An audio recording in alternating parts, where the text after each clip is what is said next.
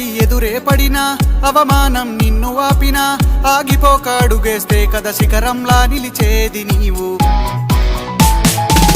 అడ్డంకులు ఎన్ని వచ్చినా అలసత్వం నిన్ను చేరినా తలబడుతూ నిలబడిదే కదా సమరంలో గెలిచేది నీవు. ప్రయత్నమే నీ తోడుంటే ఎదురే ముందిరా, ప్రపంచమే నీ మాటంటే వినదా ముందరా. ఆ రోజే ఈ లోకం మొత్తం నీ వెంటే అడుగులు వేయగా ఏ నిమిషం నీ కోసం ఆగదు సోదరా.